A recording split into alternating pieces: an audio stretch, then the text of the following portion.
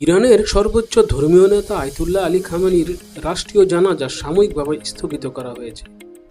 দেশটির রাষ্ট্রীয় টেলিভিশন জানিয়েছে, নজিরবিহীন জনসমাগমের সম্ভাবনা বিবেচনা করে শহীদ ইমামের বিদায় অনুষ্ঠান আপাতত স্থগিত রাখা হয়েছে। নতুন তারিখ পরে ঘোষণা করা হবে।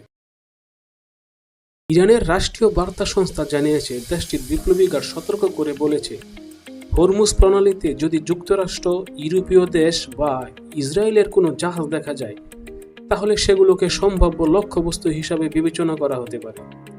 তাদের দাবি, চলমান উত্তেজনাপূর্ণ পরিস্থিতিতে ওই গুরুত্বপূর্ণ জলপথে নৌযান চলাচলের ওপর ইরানের কঠোর নজরদারি থাকবে।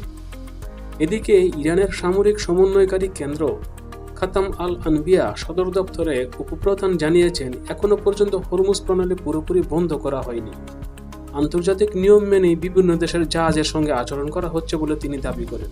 তিনি আরও বলেন, ঘোষিত সামরিক লক্ষ্য অর্জিত না হওয়া পর্যন্ত যুদ্ধ দীর্ঘস্থায়ী হলেও তার জন্য প্রস্তুত রয়েছে ইরান।